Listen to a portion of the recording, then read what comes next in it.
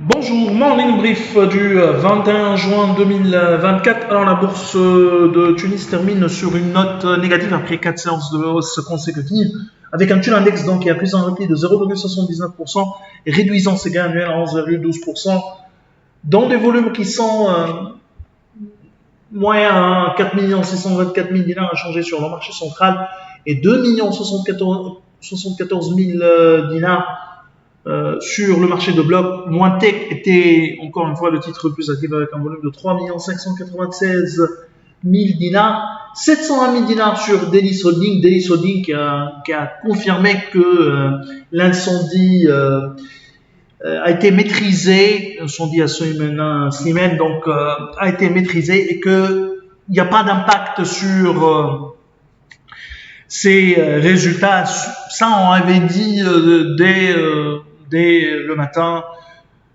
puisqu'on avait demandé aux personnes qui étaient sur place, et normalement, il n'y aura pas d'impact sur les résultats de Delis Holding, mais malgré ça, le titre a pâti.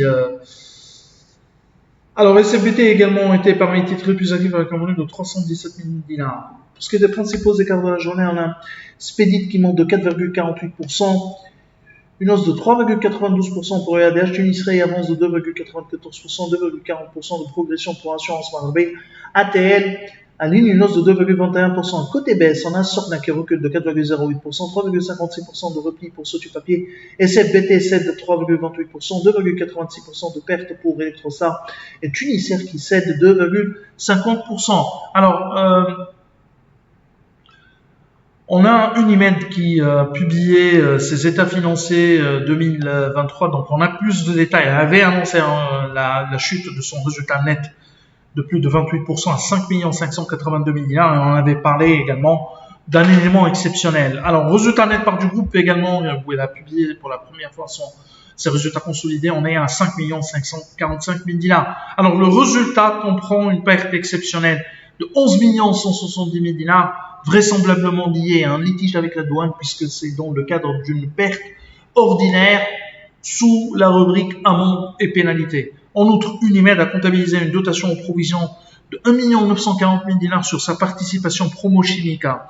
D'ailleurs, le résultat net ajusté serait autour de 18 300 000 dinars. L'IBIDA avait grimpé de plus de 82,4% à 44 725 000 dinars.